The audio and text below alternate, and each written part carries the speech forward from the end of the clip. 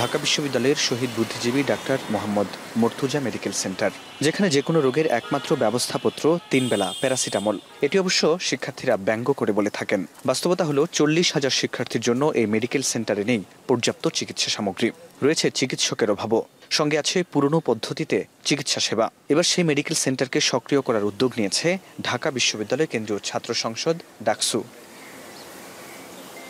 ডাকসুর উদ্যোগে এখন থেকে অনুষ্ঠিত হবে একটি করে মেডিকেল সিরিজ ক্যাম্প। বৃহস্পতিবার প্রথম ক্যাম্পটি অনুষ্ঠিত হলো জগন্নাথ ও শামসুন নাহার হলে। মেডিসিন, গাইনোকোলজি ও চর্মরোগ বিষয়ে বিশেষজ্ঞ চিকিৎসকরা শিক্ষার্থীদের চিকিৎসা সেবা প্রদান করেন। একই সঙ্গে নির্দিষ্ট ডোজের ওষুধও দিচ্ছেন বিনামূল্যে। মেডিসিন রিলেটেড কিছু সমস্যা এগুলি, প্লাস গাইনোকোলজি, মেয়েদের যে সমস্যাগুলো হয় সেই চিকিৎসাগুলি দেওয়া হচ্ছে, আর স্কিন ডিজিজের চিকিৎসাগুলি বেশি দেওয়া হচ্ছে।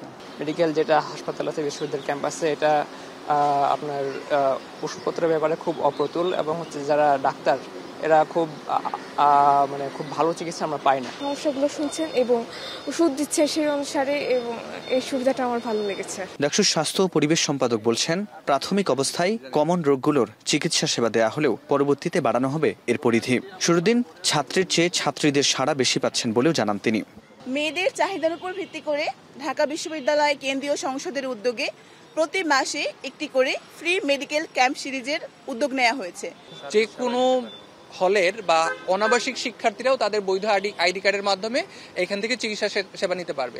পরবর্তীতে বিশ্ববিদ্যালয়ের অন্যান্য হল এবং বিভিন্ন জোনে এই স্বাস্থ্য সেবা অব্যাহত রাখার পরিকল্পনাও রয়েছে ডাকসুর। ফরহাদ বিন নূর, এখন, ঢাকা।